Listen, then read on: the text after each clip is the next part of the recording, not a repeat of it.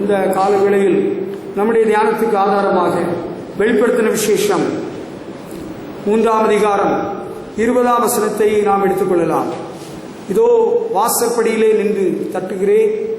ஒருவன் என் சத்தத்தை கேட்டு கதவை திறந்தால் அவனிடத்தில் நான் பிரவேசித்து அவனோடே போஜனம் பண்ணுவேன், அவனும் என்னோடே போஜனம் பண்ணுவான் என்று ஆண்டவர் சொல்கிறார். ஹல்லேலூயா. இந்த வசனம் நம்மில் அநேகருக்கு மனப்பாடமாக கூட தெரியலாம். இந்த வசனத்தை வைத்து அநேக நேரங்களில் நாம் தேவனுடைய செய்தியை கூட கேட்டிருக்கலாம். ஆனாலும் இன்று தேவனுடைய செய்தியின் தலைப்பாக இந்த வசனத்தை எடுத்துக்கொள்கிறேன். Here I am, I stand at the door and knock. If you hear my voice and open the door, I will come in and eat with you and you will eat with me. ஆண்டவர் நம்முடைய வாசல் கதவை, இதே கதவை தட்டுகிறார். நம்ம ஆண்டவர் யார் என்று தெரிந்து கொள்ள வேண்டும், அறிந்து கொள்ள வேண்டும். Recognize the Lord God. ஆண்டவர் யாரு? நம்ம இதே கதவை தட்டுறது யாரு? இருதயத்தில் அப்படி ஆண்டவரை நினைக்கணும், ஆண்டவரை பின்பற்றணும், ஆண்டவர் வழி நடக்கணும்னு ஒரு எண்ணம் வருது இல்லை? அது என்னது? அது ஆண்டவருடைய கிருபை நம்மை சந்திக்கிறது என்று அர்த்தம். சரியா? சாசு கோயிலுக்கு போகணும், அங்கே சூடும் காமராணி கொளுத்தணும், திருப்பதிக்கு போய் ஒரு முட்டையை போடணும், வேளாங்கண்ணிக்கு போய் மாதாவை பார்க்கணும், நாகூரில் ஒரு ஆண்டவர் இருக்கிறார் அவரை பார்க்கணும், பழனியிலேயும் ஒரு ஆண்டவர் இருக்கு அவரை பார்க்கணும். அதெல்லாம் பிசாசுக்கு போராட்டம். பைபிளை படிக்கணும், ஜெபம் பண்ணணும், ஆண்டவரை ஆராதிக்கணும், பைபிள் ஸ்டடிக்கு போகணும், பரிசாயி கூட்டத்துக்கு போகணும். அதெல்லாம் ஆண்டவருடைய கிரி, தேவனுடைய கிரி. அது நல்லது. நமக்கு இப்ப கதவை தட்டுகிறது யார்? சில வேளைகளில் நமக்கு உறவினர்கள் வந்து கூட கதவை தட்டலாம். சில வேளைகளில் நம்ம வீட்டு பிள்ளைகள் விளையாடுற நேரத்தில் விளையாட்டுக்காக மாறி மாறி ஒளிஞ்சு விளையாடுவாங்க. அப்ப கதவை தட்டலாம். அப்ப யார் கதவை தட்டுறா? சிலருடைய வீட்டை பிசாசும் தட்டுகிறார். You must know who is knocking at the door. யாரு கதவை தட்டுறதுன்னு தெரிஞ்சிருக்கணும். நம்ம யாரோ கதவை தட்டுறா நம்ம திறப்போம் அப்படின்னு சும்மா திறக்கக்கூடாது. ராத்திரி திருடன் கதவை தட்டலாம். உங்கள்கிட்ட கொஞ்சம் நகை இருக்குன்னு அவன் பார்த்து வச்சுக்கிட்டான், நீங்க போட்டுட்டு போனீங்கல்ல, அவன் பகலை பார்த்து வச்சுக்கிட்டான். நீங்க உத்தியோகத்தில் இருக்கிறீங்க, உங்கள்கிட்ட பணம் இருக்கும், இன்னைக்கு சம்பளம் வாங்கிட்டு வந்தீங்கன்னு அவங்களுக்கு தெரியும். திருடன் மாதிரி கவனமா இருக்கிறான். திருட்டு கொலை நிரம்பி வழிந்து கொண்டிருக்கிறது தமிழ்நாட்டில். உங்களுக்கு நான் சொல்லி காட்ட வேண்டிய அவசியம் இல்லை, உங்களுக்கு தெரிஞ்ச விஷயம். அப்ப நம்ம எல்லாரும் உஷாரா தான் இருக்கணும். ரைட்? பணம் வச்சிருக்கிறவங்க எல்லா பணத்தையும் நீங்க வீட்டில தான் வைங்கன்னு நான் சொல்ல வரல. பாதுகாப்பா எங்க வைக்க முடியுமோ வச்சுக்கிடுங்க. பணத்தை மட்டும் பீரோல வைக்காதுங்க, பெரிய ஆபத்து. திருடன் வந்தா முதல்ல பீரோல தான் கையை தொடணும், அவன் துறப்பான்.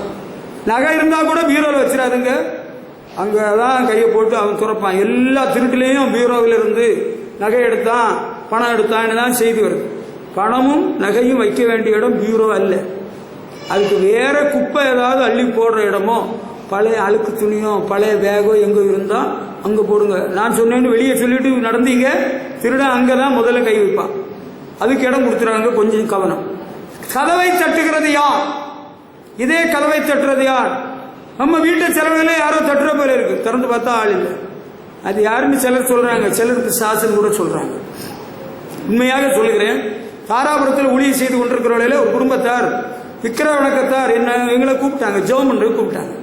அப்ப நாங்க போயிருந்தோம். அவங்க சொன்னாங்க, எங்க வீட்டுல 3 வருஷத்துக்கு ஒருக்கா குடும்பத்தில் முக்கியமான ஒரு ஆள் செத்துட்டு இருக்கிறாங்க, அது மாறணுங்க, அதுக்காக நீங்க இயேசுநாதரிடத்துல வேண்டுதல் செய்யுங்க, அதுக்கு தான் உங்களை கூப்பிட்டோம். பிறகு அவங்க சொன்னாங்க, நாங்க வேளாங்கண்ணியிலேருந்து ஒரு சுருவம் வாங்கிட்டு வந்திருக்கிறோம், இதை நாங்க வருஷத்துக்கு ஒருக்கா போவோம், வாங்கிட்டு வருவோம்னு சொன்னாங்க. நீங்க இதெல்லாம் இனிமேல் சொருவ வழிபாடு உருவ வழிபாடெல்லாம் கூடாது, இயேசுதான் ஆண்டவர், இயேசுதான் தெய்வம், அவரை தான் சேவிக்கணும்னு சொன்னா அவங்க ஒத்துக்கிட்டாங்க, ஏத்துக்கிட்டாங்க. அப்ப அதை கொடுத்துருங்கன்னு சொல்லி அதை நான் வாங்கிட்டு வந்தோம். அது அழகா இருந்து பாக்குறது. நான் வீட்டில் கொண்டு ஷெல்ஃபில் வச்சிருந்தேன். எதுக்கு வச்சிருந்தேன்னா, அந்த சொருவத்தை எடுத்துக்கிட்டு ஒரு நைட் லேம்ப் போட்டு அது நைட்ல இருந்து அழகா இருக்கும் பாக்குறதுன்னு வச்சிருந்தேன். அன்றைக்கு இரவு வேளையில எங்களுடைய கதவை பலமான ஒரு அடி விழுந்து, நான் எழும்பி ஆண்டவரத்துல கேட்டேன், ஏன் வீட்டு கதவு காத்தடிச்சு இது பண்ணல, லாக் பண்ணி இருந்தேன், கதவு கூட பயங்கரமாக அடிக்கப்படுறதுக்கு காரணம் என்ன ஆண்டவரேன்னு கேட்டேன்.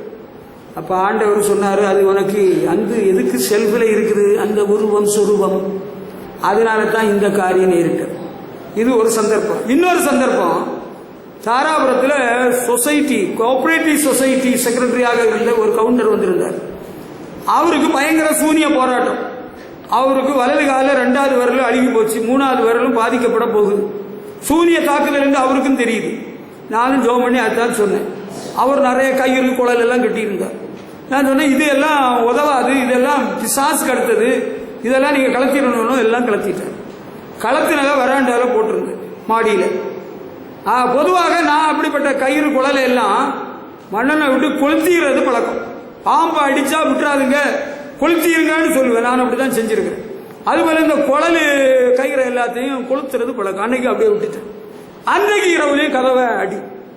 நான் ஜெபம் பண்றவள ஆண்டவர் சொன்னார், அந்த குழல் அந்த கயிறெல்லாம் ஏன் போட்டிருக்க, அதனுடைய தாக்குதல் ஒண்ணு இல்லைன்னு நீங்க நினைக்கிறது தப்பு.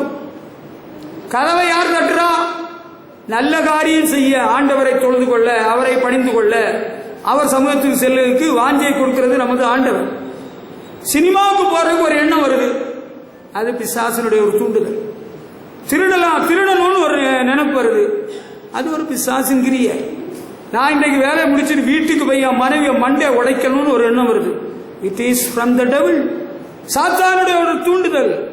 சாத்தானுடைய கிரியை என்ன, ஆண்டவருடைய செயல்பாடு என்ன என்று நமக்கு கொஞ்சம் தெரிஞ்சிருக்கணும். அது தெரியலன்னா நமக்கு தான் கஷ்டம், நமக்கு துக்கம், பாரம், நஷ்டம். கதவை தட்டுறது யாரு? எனக்கு ஆண்டவரை பற்றி ஒரு எண்ணம் வருதுங்க, எனக்கு கோயிலுக்கு போகணும்னு ஒரு எண்ணம் வருது அப்படின்னா ஆண்டவருடைய ஒரு தூண்டுதல், ஏவுதல். அங்க ஒரு இடத்துல இன்றைக்கு ராத்திரி போனா நமக்கு திருடுறதுக்கு நல்ல வாய்ப்பா இருக்கு, யாரும் இருக்க மாட்டா, அது சாசனுடைய தூண்டுதல் என்பதை மறந்துவிடக்கூடாது. தவறான காரியங்களுக்கான தூண்டுதல் எல்லாம் சாத்தான இடத்தில் வரும். கதவை தட்டுற வேளையில ஆண்டவர் கதவை தட்டுனா நமக்கு பயமா இருக்காது, அதை சொல்லித்தார். சாத்தான் கதவை தட்டுனா பயமா இருக்கும். சில சின்ன பிள்ளைகளிடத்துல கேட்டா எனக்கு பயமா இருந்தது, பயந்த சுபாவம், அது தூங்குது இல்லை, தூக்கி தூக்கி போடுதுன்னு சொல்றாங்க. அது ஒரு பிசாசின் தாக்குதல். ஆண்டவர் ஒரு ஆளை கூப்பிட்டா பயமா இருக்காது. ஆண்டவர் நம்ம வீட்டு கதவை தட்டுனா நமக்கு பயமா இருக்காது. இதே கதவை ஆண்டவர் தட்டுகிறார், திறந்தால் நமக்குள்ளே பிரவேசித்து நம்மோடு ஐக்கியம் கொள்வார், உறவு கொள்வார், போஜனம் பண்ணுவார். சாத்தானுக்கு இடம் கொடுத்தா அவன் சூறையாடிடுவான், நம்ம குடும்பத்தை வீணடிச்சிருவான். சாத்தானுக்கு இடம் கொடாதிருங்கள் என்று பவுலப்போஸ்தலன் நிருபத்தில் குறிப்பிடுகிறார். சாத்தான் எப்படி எல்லாம் வருவான்? சூடத்தின் வழியாக வருவான், சாம்பிராணியின் வழியாக வருவான், சினிமாவின் வழியாக வருவான். நீ சர்க்கஸ் போய் பார்த்துட்டு வர வழியில கூட வருவான், நீ திருட்டு பொருளை கொண்டு வர வழியில வருவான், அந்த பீடியை வாங்கிட்டு வந்தாலும் அது கூட வருவான், கள்ளு சாராயத்தை கூட வருவான். சாத்தான் எப்படி வருவான்? இப்படிப்பட்ட ஒழுங்கீனமான, தவறான, தீமையான காரியங்கள் வழியாக உள்ள வந்துருவான். சாத்தானுக்கு இடம் கொடுத்தா நமக்கும் பாதிப்பு, நம்ம குடும்பத்துக்கும் ரொம்ப மன உளைச்சல். சாசு குடும்பத்தை சூறையாடி விடுவான். அவன் திருடன், மனுஷ கொலைபாதகன். ஆண்டவர் வந்தா நமக்கு வாழ்வு உண்டாகும். ஆண்டவரே சொன்னார், நானும் அவைகளுக்கு ஜீவன் உண்டாயிருக்கும், அந்த ஜீவன் பரிபூர்ணப்படம் வந்தேன் என்று சொல்கிறார். ஆண்டவரை நம்ம வீட்டில் நம்ம உள்ளத்தில் ஏற்றுக்கிட்டா பேரானந்தம், சந்தோஷம், பரவசம், நமக்கு மனதுக்கு அமைதியா இருக்கும். ராத்திரி அமைதலான தூக்கம் வரும். சாசு வீட்டுக்கு வந்துட்டான்னு வச்சுக்கிடுங்க, தூக்கவே கெட்டு போயிடும். கெட்ட கெட்ட கனவா வரும். சின்ன பிள்ளைகள், சும்மா இருக்கிற பிள்ளைகள் வாய்ப்பார், ஒரே குழப்பமா தான் போகும். உங்க ஒருத்தர் இருக்கிறாரு, ஒரு ஈபி ஜெய் தாராபுரத்தில், அவருக்கு 2 பொம்பளை பிள்ளைகள், ஒரு பையன். அந்த பையன் ஒரு 2-3 என்ன படிச்சுட்டு இருக்கிறான். அந்த ஜெயுடைய மாமனாரு ரோமாபுரிக்கு போய் போப்பாண்டவரை சந்தித்து ஆசீர்வாதம் வாங்குறவர். அவர் ஒரு போஸ்ட் ஆபீஸ் போஸ்ட் மாஸ்டர். ஆமா, அந்த பையன் நடுராத்திரி திடீர்னு ஓடிடுவான் கதவை திறந்து. இவர் விழிப்பா இல்லைன்னா அவன் ஓடிடுவான். அப்படி ஒரு போராட்டம் அவனுக்கு. பிறகு அவருடைய நண்பர் ஒருவர் என்னிடத்தில் வந்து என்ன அழைச்சிட்டு போய் ஜெபம் பண்ணி, நான் சொன்னேன், ஆண்டவர் இயேசுவை நம்புங்கள், இயேசுவே என்னை வீட்டிலே நீர் வாரும், இந்த பிசாசு கோளார மாற்றுன்னு கேளுங்க. ஆண்டவர் மாற்றிவிட்டார். அவன் ஓடுறதை நிறுத்திட்டான். ஆமா, உங்க புருஷன் குடிச்சிட்டு வர்றது எதனால நினைக்கிறீங்க? சாசின் ஒரு கோளாறு, பிசாசின் கிரியை. ஆண்டவரை என் புருஷனை விட்டு இந்த பிசாசின் கிரியை அழித்து போடும், அகற்றி போடும், நீங்க ஜெபம் பண்ணா ஆண்டவர் செஞ்சிடுவார். இதே கதவை தட்டுறது யாரு? சாசு தட்டுனா பயமா இருக்கும். நீங்க ஆளு தெரியாம பகலையோ ராத்திரி, பகல என்ன இருக்கு, பகல ஆளுகள் தான் நடமாட்டம் இருக்கு. பகலையோ ராத்திரியோ ஆளு தெரியாம கதவை திறக்காதுங்க. இதே கதவை ஆண்டவர் இயேசுக்கு நம்ம தாராளமாய் திறக்கலாம். எந்த பயமும் இல்லை. ஆண்டவர் இயேசுவுக்கு நம்முடைய இதய கதவை திறந்தால் நமக்கு எந்த பாதிப்பும் இல்லை, பயம் இல்லை, கேடு இல்லை, நஷ்டம் இல்லை. அதை குறித்து எந்த சந்தேகமும் வேண்டாம். இயேசுநாதர் உள்ளத்தில் வந்துட்டா நமக்கு ஏதாவது கேடு நடக்குமோ? கேடு நடக்காதே. இளைப்பாறுதல் தருவார், சமாதானம் தருவார், சந்தோஷம் தருவார், சுகவாழ்வை தருவார், நீடித்த ஆயுளை தருவார். ஹல்லேலூயா. ஆண்டவருக்கு நம்ம இதே கதவை திறப்போம். அவரை நாம் மனப்பூர்வமாய் இதயபூர்வமாய் ஏற்றுக்கொள்வோம். When the Lord knocks at the door, open your heart. ஆண்டவர் இதே கதவை தட்டும் பொழுது திறந்து விட வேண்டும். ஹல்லேலூயா. உன்னத பாட்டில் ஒரு வசனம் இருக்கு. எப்படின்னா, நேசர் கதவை தட்டுகிறார். ஆனால் அவள் என்ன சொல்லுகிறாள்? நான் இப்பதான் படுக்கைக்கு போனேன், இப்பதான் வாசனை திரவியங்கள் எல்லாம் போட்டுட்டு செண்டெல்லாம் போட்டு நான் மெத்தையில படுக்கிறேன், இப்ப திறக்கான்னு பாடில்ல, நான் கொஞ்சம் கழிச்சு திறக்கலான்னு சொன்னா கதவை தட்டின நேசர் போய்விட்டார். ஆண்டவர் என்னைக்கும் எப்போதும் கதவை தட்டிட்டு இருக்க மாட்டார். ஆண்டவர் இதே கதவை தட்டும் பொழுது அவருக்கு நாம் இதயத்தை திறப்போம். ஆண்டவருக்கு நம்முடைய உள்ளத்தில் இடம் கொடுப்போம். ஹல்லேலூயா. அதுக்கு பிறகு ஆண்டவர் கூப்பிடுற வேளையில நம்ம செவி கொடுக்கணும். ஆண்டவர் கூப்பிடுற வேளையில செவி கொடுக்கிறது தான் நம்ம ஆண்டவரை அறிஞ்சிருக்கிறோம் என்பதற்கு அர்த்தம். ஆண்டவர் இயேசு யோவான்ல சொல்றாரு, என் ஆடுகள் என் சத்தத்துக்கு செவி கொடுக்கிறது, நான் அவைகளை அறிந்திருக்கிறேன். ஒரு தகப்பன் கூப்பிடுற வேளையில பிள்ளைகளுக்கு தெரியணும், நம்ம அப்பா கூப்பிடுறாங்க, நம்ம செவி கொடுக்கணும். அம்மா கூப்பிடுற வேளையில எங்க அம்மா கூப்பிடுறாங்கன்னு உனக்கு தெரியணும். You must know the voice of your father or mother. அம்மா அப்பாவுடைய சத்தம் தெரிஞ்சிருக்கணும். ஆண்டவர் கூப்பிடுற வேளையில நம்ம செவி கொடுக்கணும். யார் கூப்பிடுறான்னு சரியா, you must identify the voice of the lord. ஆண்டவரின் வார்த்தைய சவுண்ட நம்ம அறிஞ்சிருக்கணும். யார் கூப்பிடுறாங்க? சில வேளையில நீங்க போன்ல பேசுறதுல எனக்கே தெரியல, நான் கொஞ்ச நேரம் பேச்சு கொடுத்த பிறகுதான் இன்னாருன்னு தெரிய வரும். பாஸ்டர் நான் தான் என்ன பேர சொல்லுங்க. சரி சரி, உங்க சவுண்டு சரியா இல்லை. சிலர் பேசுறதே கேட்காது, எதுல இருந்து பேசுவாங்களோ தெரியாது. ஆண்டவர் கூப்பிடுற வேளையில அந்த சீலோவிலே இருந்த தேவாலயத்தில் ஒரு சின்ன பையன், அந்த ஏலி என்கிற ஆசாரியனுக்கு பணிவிடை செய்து கொண்டிருந்தான். அர்ப்பணிக்கப்பட்ட மகன், அன்னாளின் மகன், எல்கானாவின் மகன் சாமுவேல் என்னும் பிள்ளையாண்டான் தேவாலயத்தில் பணிவிடை செய்து கொண்டிருந்தவன். ஒரு நாளில் ஆண்டவர் அவரை கூப்பிட்டார். 1 சாமுவேல் 3ஆம் அதிகாரம் 4 முதல் 10 வசனம் படிக்கிறவர்கள அங்க ஒரு விஷயம் எழுதியிருக்கு. ஆண்டவர் கூப்பிட்டாரு. The Lord called Samuel, Samuel. சாமுவேலே சாமுவேலே என்று ஆண்டவர் கூப்பிட்டார். சாமுவேல் என்ன சொல்றான்? Samuel answered, Here I am. இதோ அடியேன், இதோ இங்கே இருக்கிறேன். அவன் என்ன நினைச்சிருக்கிறான்? அங்க தேவாலயத்தில் ஒரே ஒரு ஆள் தான் படுத்திருந்தாரு, அந்த ஏலி மட்டும்தான். வேற ஏலிக்க மகன்கள் ஒருத்தரும் இல்லை, வேற அங்க சபைக்கு வந்தவங்களும் இல்லை. ஏலி ஆசாரியன் அங்கே படுத்திருந்தார், இவன் இன்னொரு இடத்துல படுத்திருந்தான் தள்ளி. இவனை கூப்பிட்டதப்ப யாரு நினைச்சான்னா ஏலி கூப்பிட்டார் என்று நினைத்தான். இதோ அவர் கூப்பிட்டே உடனே பதில் கொடுக்கிறார். அன்பான பிள்ளைகளே, நம்மை விட பெரியவர்கள் கூப்பிடுறவர்கள நம்ம பதில் கொடுக்கறது தான் நல்லது. சில பிள்ளைகளுக்கு சாசு கோத்திரம் வந்துன்னா பெற்றோர் கூப்பிட்டா கூட பதில் கொடுக்க மாட்டாங்க, அது தப்பு. அப்படி இருக்கக்கூடாது. நம்ம ஆண்டவருடைய பிள்ளைகள், ஆண்டவரை சேவிக்கிறவர்கள், நம்மை விட பெரியவர்கள் கூப்பிடுறவர்கள நம்ம உண்மையா மறுபடி பதில் கொடுக்க வேண்டும். சனியனா என்ன சனியனா? யாரு சனியன்? உங்க அண்ணன் உனக்கு சனியனா? அம்மா சனியனா? தவறான வார்த்தைகளை ஒருபோது நாம் உபயோகிக்க கூடாது. ஆண்டவருடைய பிள்ளைகள் அப்படியே நீங்கள் உங்கள் பிள்ளைகளை வளர்க்கவும் வேணும். சின்ன பிள்ளையிலேருந்தே கர்த்தருக்கு ஏற்ற பயத்தில் நீங்க வளர்த்து கொண்டுடணும். பாருங்க, இவன் நினைச்சா அவர் ஏலி கூப்பிடுறாரு நினைச்சிட்டு இதோ அடியே சொல்றான். திரும்பவும் கூப்பிடுறாப்புல, ராத்திரி பகல இல்ல, அவன் தூங்கிட்டு இருக்கிறவள திரும்பவும் சவுண்ட் வருது, இதோ அடியே. திரும்பவும் இவன் என்ன பண்றான்? இதோ அடியேன்னு சொல்லிட்டு படுத்துக்கிட்டானா. 3வது தடவை கூப்பிடுற வேலையில அவர்கிட்ட போயிட்டான். என்ன கூப்பிட்டீங்களா?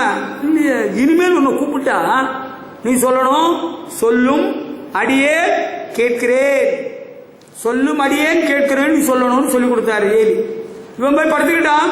இன்னும் கொஞ்ச நேரத்தில் கூப்பிடுற சத்தம் கேட்கிறது, சொல்லும் அடியே கேட்கிறேன். ஏலிக்கு தெரிஞ்சு போச்சு யார் கூப்பிடுற? ஆண்டவர் கூப்பிடுகிறார். அந்த சின்ன பையனுக்கு தெரியல. சரியா? அதனால அவன் நினைச்சான் ஐயா கூப்பிடுறாங்க. சரியா? அவன் நல்ல பையன், தேவாலயத்தில் பணிவிடை செய்து கொண்டிருந்த பையன், பிரதிஷ்டை பண்ணப்பட்டவன், பொருத்தனையின் மகன், மனப்பூர்வமாக ஆண்டவருக்கு என்று ஒப்பு கொடுத்தாங்க. தாயின் தகப்பன் நல்ல பக்தியான பையன், நேர்மையானவன், பணிவிடை செய்து கொண்டிருக்கிறான். ஆண்டவர் கூப்பிட்டாரு. அவனுக்கு தெரியல, இவர் தான் கூப்பிட்டார். சில வேளைகளில் ஆண்டவர் நம்ம கூப்பிட்டா நமக்கு தெரியுதில்லை. மாதா கூப்பிட்டாங்கன்னு நினைக்க கூடாது. சில ஆட்களை பிசாசு கூப்பிடுறான். அதையும் உங்களுக்கு சொல்லிட வேண்டும். எங்க அண்ணனும் எங்க அத்தை மகனும் ஊட்டியில அரசாங்க கல்லூரியில், கவர்மெண்ட் காலேஜில் பேராசிரியர்களாக, ப்ரொஃபசர்ஸாக வேலை பார்த்துட்டு இருந்தாங்க. ஒரு நாள் சனிக்கிழமை சாயங்காலம் ஒரு இடத்துக்கு போயிட்டு அவங்க 2 பேரும் சேர்ந்து வந்துட்டு இருக்கிற வேலையில ஒரு ஆள் கூப்பிட்டுதான். யார? எங்க அத்தை மகனை. எங்க அத்தை கூப்பிடுற போல ஒரு சவுண்டா. அவரை செல்வான்னு கூப்பிடுவாங்க. எங்க அத்தை கூப்பிடுவாங்களா செல்வான். எங்க அண்ணன் கூட பேசிக்கிட்டு வர வேலையில அவருக்கு காதல் ஒரு சவுண்டு, செல்வா, டே செல்வா. கூப்பிட்டது ஆண்டவர் கிடையாது. அவருக்கு அந்த சவுண்டு கேட்ட உடனே இவருக்கு ஒரு மாதிரி பதட்டம் ஆகி போச்சு. 2 பேரும் ஒரே சபைக்கு போறாங்க, ஒரே காலேஜில் வேலை பார்க்கறாங்க, ஒரே ரூம்ல தங்கி இருக்கிறாங்க. 2 பேருக்கும் கல்யாணம் ஆகும் இல்லை. ரூமுக்கு போன பிறகு இவருக்கு ஒரே போராட்டம். இவருக்கு மன அமைதி இல்லாம, இவருக்கு சாப்பிட மனசு இல்லை, ஒரே குழப்பம். சொன்னார் எங்க அண்ணன், இப்படி நம்ம 2 பேரும் பேசிட்டு வரல, இப்படி கூப்பிட்ட ஒரு சவுண்டு. ஆண்டவர் கூப்பிட்டா மனக்கலக்கம், மனக்குழப்பம் வராது. அதை சொல்லித்தார. இந்த அசுத்தாவை கூப்பிட்டா உனக்கு என்னதோ போல ஒரு மாதிரி போராட்டம் ஆரம்பிச்சிடும். சாசு கூப்பிட்டா அப்படி போராட்டம் வரும். அது உண்மை. சரியா? அங்க நான் அப்படி அந்த பக்கமா போயிட்டு இருந்தவங்கள யாரும் ஒன்று கூப்பிட்ட போல இருந்து திரும்பி பார்த்தா எனக்கு அதுக்கப்புறம் இடுப்புல ஒரு பிடிவு பிடிச்சிட்டு, கழுத்துல பிடிச்சிட்டு, என்னதோ ஒரு குழப்பம் வந்து போச்சு. கூப்பிட்டது ஆண்டவர்கள். இங்கே தேவாலயத்தில், சீலோவில் இருந்த தேவாலயத்தில் இந்த சாமுவேல் என்னும் சிறுவனை கூப்பிட்டது ஆண்டவர். ஏலி கூப்பிட. ஆனா அவன் 2 தடவை கூப்பிட்டு 3ஆவது தடவை ஏலிட்ட போறது சரிதான், தப்பு கிடையாது. ஏலி கரெக்டா சொல்லி கொடுத்துட்டார். சொல்லும் அடியேன் கேட்கிறேன். உங்களை கூப்பிடுறது யாருன்னு நீங்க அடையாளம் கண்டு கொள்ள வேண்டும். Recognise the person who calls you. உங்களை கூப்பிடுறது யாருன்னு உங்களுக்கு தெரியணும். நாங்க பக்கத்து வீட்டுல போய் விளையாடுவோம். எங்க அப்பா விலக்கி இருக்கிறாங்க, பக்கத்து வீட்டுல போய் விளையாடக்கூடாது. தூரத்துல வருவாங்க ஸ்கூலுக்கு போயிட்டு. எங்களுக்கு விளையாட்டு உற்சாகத்தில் கண்ணுல தெரியாது, கண்ணில் படாது. விளையாட்டு உற்சாகம் பார்த்துட்டே வருவாங்க. நெருங்கி வந்தது கண்டதும் ஓடி ஒளிஞ்சு வீட்டுக்குள்ளார பத்தாயிரத்திற்கும் சோறு கடையில போய் ஒளிஞ்சிருவோம். எங்க அப்பா கூப்பிடுற சத்தத்துல சிங்கம் கர்ச்சிக்கிறது போல இருக்கும். குடல் நடுங்கிரும். அடுத்த செகண்ட்ல அடி விழுந்துரும் பெரும்பால. கூப்பிடுற சத்தம் யாருடையது? அடையாளம் அறிந்து கொள்ள வேண்டும். இது ஆண்டவரின் சத்தம் என்று ஏலிக்கு தெரிகிறது. அவனுக்கு தெரியல, சின்ன பையனுக்கு தெரியல. சில வேளையில உங்களுக்கு ஆண்டவரின் சத்தம் தெரியல. ஆண்டவர் கூப்பிடுகிறார், சத்தம் தெரியவில்லை. ராத்திரி வேளையில தூங்குற வேளையில கூப்பிடுகிறார், பேரை சொல்லி கூப்பிடுறாரு. ஆண்டவர் கூப்பிடுறாரா இல்ல சாத்தான் கூப்பிடுறானா தெரியணும். அங்க ஒரு பையன் கல்யாணம் முடிஞ்ச அன்றைக்கு ராத்திரி அவனுடைய சினையில வந்து கூப்பிட்டான். டே வாடா சேகர் வா. அவனுக்கு கூட போனான். அவனை கொண்டு விட்டான், கொண்டு சாக்கடையில போட்டுட்டான். ஏன்னா கூப்பிட்டவனுடைய தங்கையை கல்யாணம் பண்றேன்னு இவன் சொல்லி இருந்தான். பரவாயில்ல, அவளை கல்யாணம் பண்ணாம இன்னொரு பொண்ணை கல்யாணம் பண்ணான்.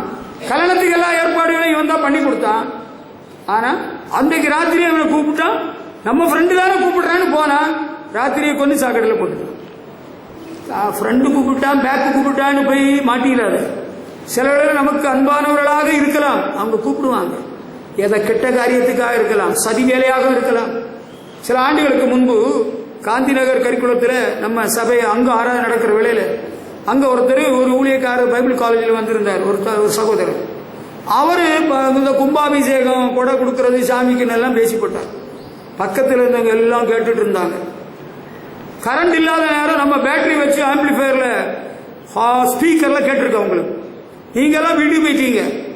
அக்கம் பக்கத்தில் உள்ள 10-15 பேர் பேஸ்டியை எல்லாம் மடிச்சு கட்டிட்டு வந்துட்டாங்க. வணக்கம் வணக்கம்.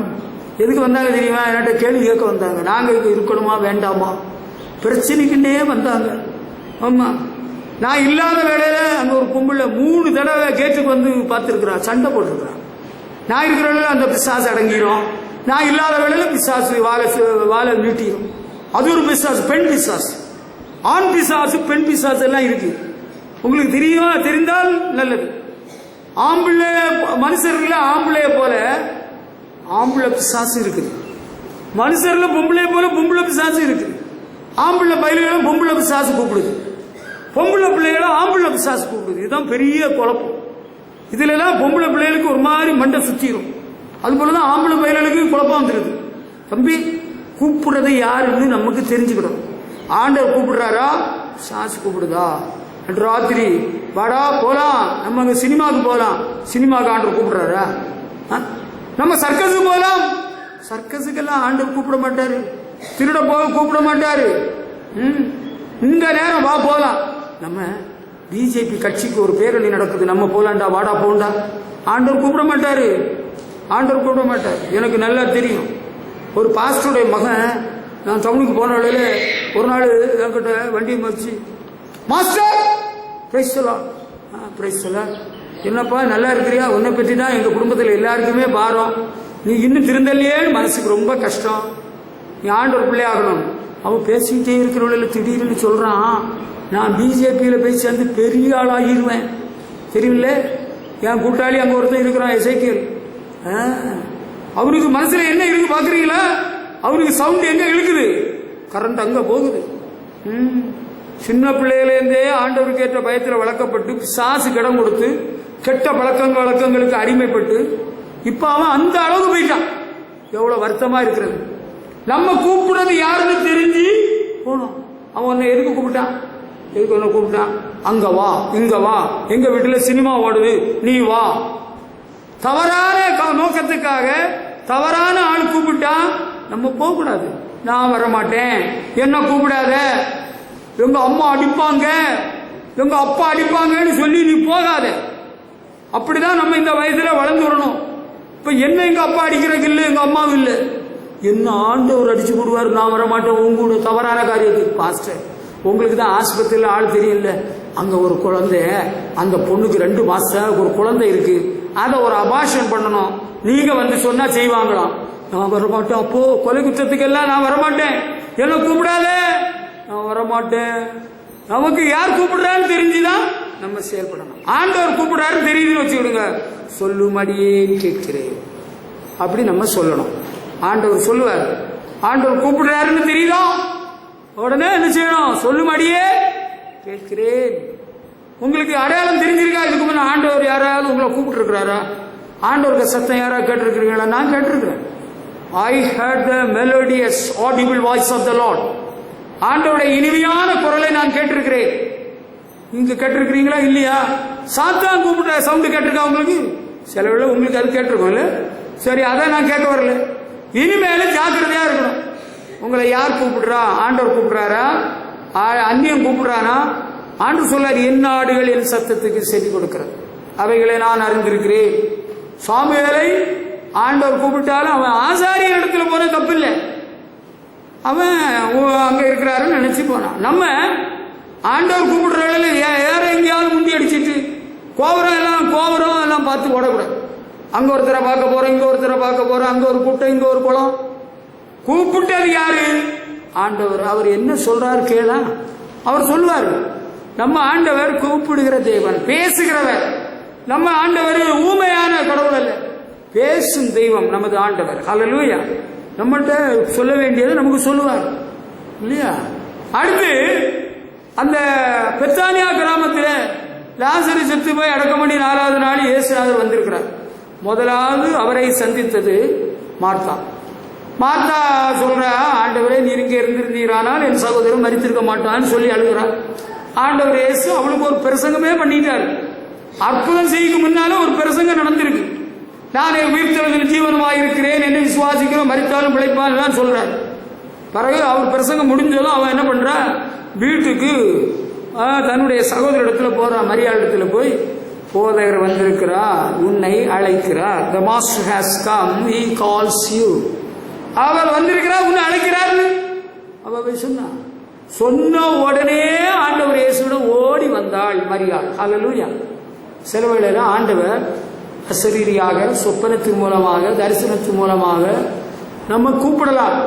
சில வேளையில இன்னொரு மூலமாக, நமக்கு அறிமுகமான ஒரு சகோதரன் மூலமாக, ஒரு சகோதரி மூலமாக ஆண்டவர் கூப்பிடலாம். நீங்க வாங்க, இன்னைக்கு ஆண்டவரை பணிந்து கொள்ள எங்க கூட ஆராதனைக்கு வாருங்கள். இயேசுவே ஆண்டவர், அவரே நமக்காக ஜீவன் தந்தவர், அப்ப ஆண்டவர் உங்களை கூப்பிடுறாருன்னு அர்த்தம். அந்த புதிய பாட்டில் இயேசு கிறிஸ்து சொல்லுறார், ஒரு எஜமான் தன்னுடைய மகனுக்கு கல்யாண விருந்தை ஆயத்தப்படுத்தினார். அவங்க வேலைக்காரர்கிட்ட சொல்லி அனுப்புறாரு, ஆளுகளை எல்லாம் கூட்டிட்டு வாங்க. அவங்க வரல. அவங்க சாக்கு போக்கு சொல்றான். ஒருத்தன் கல்யாணம் பண்ண பொண்ணை கட்டி இருக்கா வரமாட்டேன், ஒருத்தன் வயலை வாங்கி இருக்கிற வரமாட்டேன், இன்னொருத்தன் 5 மாடு வாங்கி இருக்கிறேன், அதை ஓட்டி பார்க்கணும். பிறகு அவருக்கு கோபம் வந்துச்சு, இவனை ஒருத்தனுக்கு நான் விருந்தில் பங்கு கொடுக்க மாட்டேன்னு சொல்லிட்டார். ஆண்டவர் நம்மை நேரடியாகவும் கூப்பிடலாம், இன்னொருவர் மூலமாகவும் ஆண்டவர் கூப்பிடலாம். அது ஆண்டவர் கூப்பிடுறாரு சொன்னா ஏதோ நல்லது நடக்க போகுது நமக்கு வாழ்க்கையில. ஆண்டவர் கூப்பிடுறது நமக்கு கெடுதல் இல்லை. அதை குடும்பக்காரன் கூப்பிடுறது அவனுக்கு ஒண்ணுமே தெரியும், அவன் சும்மா ஏமாத்து, அவன் 50-100 ரூபாய் நம்மகிட்ட ஏமாத்தி வாங்குறது. ஆண்டவர் கூப்பிட்டா நமக்கு நல்லது நடக்கும். ஆண்டவர் யாரையாவது கூப்பிட்டு சாபம் போட்டாரா? ஆண்டவர் யாரையாவது கூப்பிட்டு நாசமா போட்டு சொன்னாரா? ஆண்டவர் யாரெல்லாம் கூப்பிட்டாரோ அவங்களெல்லாம் ஆசீர்வதித்தார், அவர்களெல்லாம் பயனுள்ளவர்களாக மாற்றினார். ஏன் 12 பேரை கூப்பிட்டாரு, என் பின்னே வாருங்கள், உங்களை மனுஷனை பிடிக்கிறவர்களாக்குவேன், மீன் பிடிக்கிறவெல்லாம் மனுஷனை பிடிக்கிறவர்களாக்குவேன்னு ஆண்டவர் சொல்றார். அடுத்து அவங்களை கொண்டு மகத்தான ஊழியத்தை செய்தார். அவங்க எல்லாம் ரொம்ப பேர் புகழ் பெற்றவர்களாக மாறிவிட்டார்கள். பேதுருவும் அப்படித்தான், யோவானும் அப்படித்தான். அவங்க மூலம் அற்புத அடையாளங்கள் நிறைய நடக்குது. சொத்தம் உயிரோடு எழும்புறான், குருடர்கள் பார்வை அடைகிறார்கள், சப்பானி நடக்கிறார்கள் இல்லையா? அவங்க ரொம்ப பாப்புலர் ஆகிட்டாங்க. அதுக்கப்புறம் அவங்க மீன் பிடிச்சு சாப்பிடணும் உள்ள நிலைமைக்கு ஆண்டவர் விடல. சரியா? ஆண்டவர் அப்படியே நேரே கூப்பிட்டுருக்கிறாரு. இங்க மரியாளை அவளுடைய சகோதரி போய் கூப்பிடுறான். ஆண்டவர் சொல்லி இருக்கிறார், போதகர் வந்திருக்கிறார், உன்னை அழைக்கிறேன். ஆண்டவர் சொல்லிதான் அவ கூப்பிடுறான். ஆண்டவர் சொல்லிதான் நாங்க உங்களை கூப்பிட்டோம். எங்களுக்கு லாபத்துக்கு இல்ல, எங்க பிசினஸுக்கு இல்ல, ஆண்டவர் உங்களை கூப்பிட சொன்னாரு, அதான் நாங்க உங்களை கூப்பிட்டோம். நீங்க வந்தது நல்லது. ஆண்டவர் உங்களை ஆசீர்வதிப்பார், உங்கள் குடும்பத்தை கட்டுவார், உங்க வாழ்க்கையில அற்புதம் செய்வார். ஹல்லேலூயா. ஆமா, மரியாதை கூப்பிடுறாருன்னு சொன்னா மரியா ஓடி போய் மரியாதை ஒரே அழுக. அவளும் சொல்றா, நீர் இங்க இருந்திருந்தீரானா 2 சகோதரன் மறிச்சிருக்க மாட்டான். ஆண்டவர் அப்படியா சொல்லிட்டு சில நிமிடங்களுக்குள்ளார அவரை எங்க வச்சீங்கன்னு கேட்டு கல்லறையின் பக்கமாய் போய் அவனை எழுப்பிட்டார்ல. ஆண்டவர் நம்ம கூப்பிட்டாருன்னா ஏதோ ஒரு அற்புதம் நடக்க போகுது, நல்லது நடக்க போகுது. ஹல்லேலூயா. சில பெரிய மனிதர்கள், பணக்காரர்கள் உங்களை கூப்பிடுவாங்க. எதுக்கு கூப்பிடுவாங்கன்னு நினைக்கிறீங்களா? உங்களுக்கு 500,000 தரதுன்னு நீங்க நினைச்சீங்களா? கிடையாது. அவங்க நீங்க கடன் வாங்கினதை திருப்பி கொடுக்கல, அதை கொடுக்கறதுக்கு தான் கூப்பிட்டாங்க. இன்னொன்னு, அவங்க வீட்டுல எரும மாடெல்லாம் இருக்குல்ல, அதை கழுவுறதுக்கு குளிப்பாட்டுறதுக்கு கூப்பிட்டு இருக்கிறாங்க. நீங்க ஏதோ நல்லது கூப்பிட்டாங்க நினைச்சிட்டு சந்தோஷமா போனீங்களா? சில வேளைகளில சில ஆட்கள் நம்ம பழி வாங்குறதுக்குன்னே கூப்பிடுவாங்க. சென்னை பட்டணத்தில் ஒரு சபையில ஒரு தலைமை போதகர் இடத்துல சில உடன் ஊழியர்கள் இருந்திருக்கிறாங்க. அங்க 2 பேர் RSS காரங்க வந்திருக்கிறாங்க. ஒயிட் அண்ட் ஒயிட்னு சொன்னாலே கொஞ்சம் உன்னிப்பா பார்க்கணும். சபைக்கு ஒயிட் அண்ட் ஒயிட்ல வரலாம், நல்லா இருக்குது, அழகா இருக்கு, லுக்ஸ் பியூட்டிஃபுல், அதுல தப்பு ஒன்றும் இல்லை. ஆனா அவங்க 2 பேரும் வெள்ளை வேஷ்டி வெள்ளை சட்டையை போட்டு வந்துருவாங்க. வெள்ளை வேஷ்டி வெள்ளை சட்டைனாலே கொஞ்சம் உஷாரா தான் இருக்கணும். நான் சும்மா சொல்லல, நிஜமா சொல்றேன். அவங்க 2 பேரும் வந்து தலைமை போதர்கிட்ட சொன்னாங்களாம், ஐயா நீங்க எங்க வீட்டுக்கு அவசியம் வந்து ஜோம் பண்ண வரணும்னு கூப்பிட்டாங்களாம். அப்ப அவர் சொன்னாரா, நான் ஜோம் பண்ணி செயல்படுகிறேன், நீங்க போங்க, அட்ரஸ் கொடுத்துட்டு போங்க. கூட 2 பேர் நின்று சும்மா இருக்காண்டா, அவங்க முந்திக்கிட்டாங்க. நீங்க சொல்லுவீங்க எல்லாம் முந்திரி கொட்டையாங்க, இவனும் முந்திக்கிட்டானுங்க. முந்திட்டு ஐயா நாங்க போறோம், ஐயா நாங்க போறோம்னா அவங்களுக்கு முன்னாலே அவசரப்பட்டு சொல்லி பரவாயில்ல. இவனு 2 பேரும் அடுத்த நாள் போனானுங்க. என்ன நடந்தது தெரியுமா? அவனை போனதும் ரூமை அடைச்சிக்கிட்டு, வீட்டுல ரூம் அடைச்சிக்கிட்டு முதுகு குளமாக்கிட்டானுங்க. அடி செமையா நவுத்தி எடுத்துட்டானுங்க. எதுக்கோ ஆண்டவர் புண்ணியத்துல கொல்ல. இங்க வந்து ஒரே அழுகா, ஐயா நாங்க தப்பு பண்ணிட்டோம், ஐயா நாங்க ஜோம் பண்ணாம ஆண்டவர் ஆலோசனை இல்லாம நீங்க போகாம நாங்களாக ஆசைப்பட்டு நாங்க போறோம்னு சொல்லி போய் அடி வாங்கிட்டு வந்திருக்கிறோம். ஐயா ஏண்டா உனக்கு இது தேவையா? நான் தேவ ஆலோசனைப்படிதான் யார் கூப்பிட்டாலும் நம்ம போவோம். மண்டக்காட்டு கலவரத்தில் நடந்த ஒரு சம்பவம், ஒரு கிறிஸ்தவ நேஸ், பிஎஸ்சி ஸ்டாஃப் நேஸ இந்த RSS ரவுடி கும்பல் எங்க வீட்டில் ஒரு பிரசவம் நீங்க பார்க்க வரணும்னு கூட்டிட்டு போய் அந்த நேச செமையா அடிச்சு இம்சப்படுத்தி புண்படுத்தி துன்புறுத்தி வேதனைப்படுத்தி அனுப்பியிருக்கிறாங்க. உங்களுக்கு ஆழம் தெரியாம காலை விட்டுறாதுங்க. ஆண்டவர் கூப்பிட்டா நல்லதுக்கு தான், ஆசீர்வாதத்துக்கு தான். முன்ன பின்ன தெரியாத கூப்பிட்டான். எங்க பாஸ்டர் கூப்பிட்ட உடனே வரமாட்டாரு, அவர் யோசித்து ஜோம் பண்ணி தான் வருவேன்னு சொல்லுவார். நாங்க வர்றோம், அடி வாங்கி செத்து எடுத்து போயிடாது, எனக்கு தெரியாது.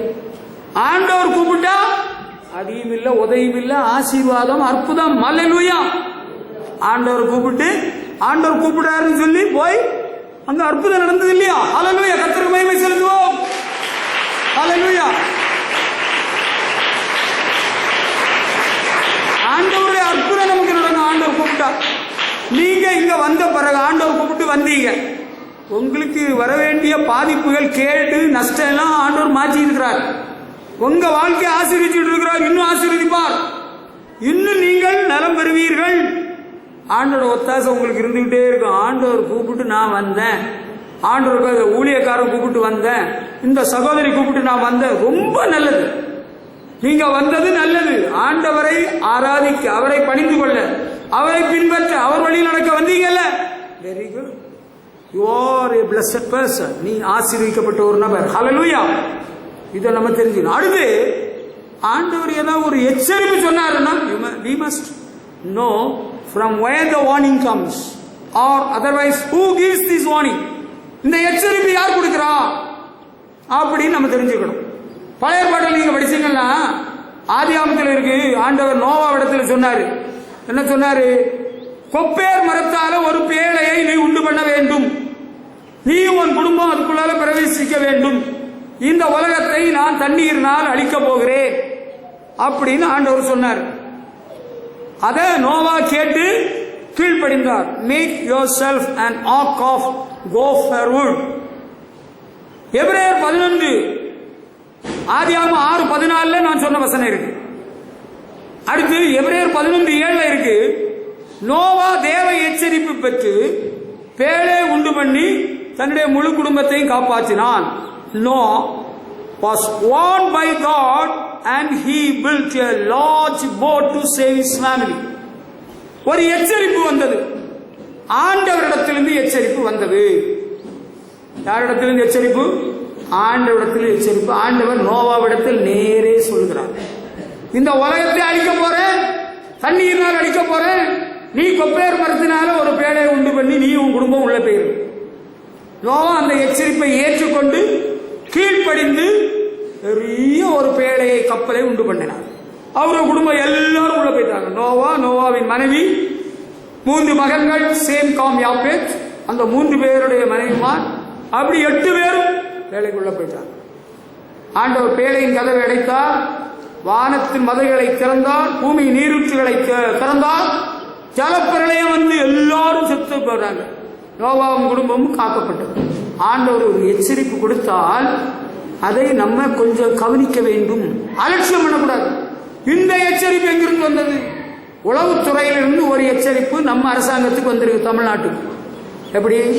சென்னை பட்டணத்தில் ஆளில்லா விமானம் மூலம் தாக்குதல் நடத்த போறாங்களா? டெல்லியில ஒரு எச்சரிப்பு வந்திருக்கு உளவுத்துறை மூலம். ஆள் இல்லாமல் இயங்குகிற விமானம் மூலம் தீவிரவாதிகள் டெல்லி பட்டணத்தை தகர்க்க இருக்கிறார்கள்.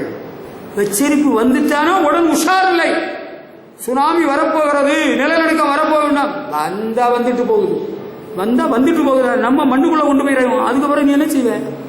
ஒரு எச்சரிப்பு வருகிறதா, உடனே நம்ம உஷாராகி அதை தப்புறதுக்கு என்ன வழின்னு பார்க்கணும்.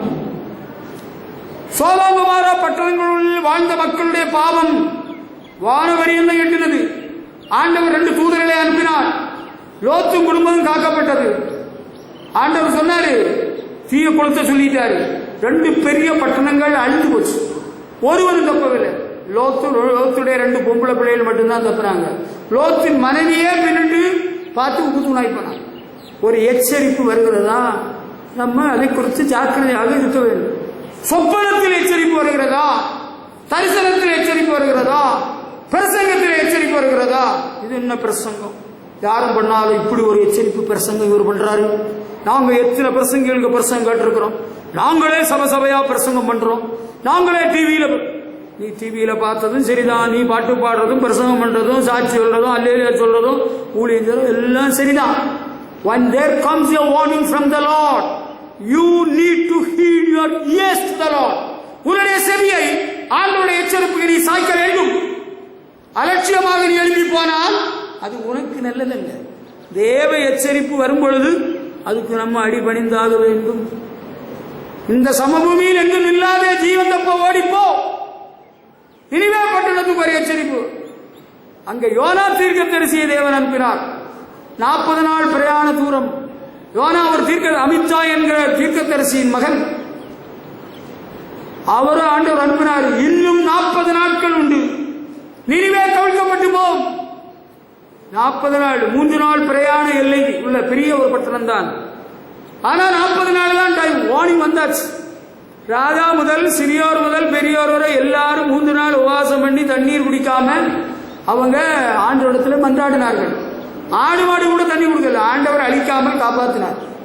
ஒரு எச்சரிப்பு வர்றவர்களில், தம்பி உனக்கு புரியுதா? இங்கே இருக்கிறவர்களில் அநேகர் என்னை விட வயது குறைந்தவர்கள் தான். சிலர் என்னை விட வயது கூடினவர்கள் இருக்கிறீர்கள். உங்களை கனம் பண்ணுகிறேன், கர்த்தர் உங்களை ஆசீர்வதிப்பார். உங்களை நான் தம்பின்னு சொல்லல, உங்களை தங்கச்சின்னு சொல்லல.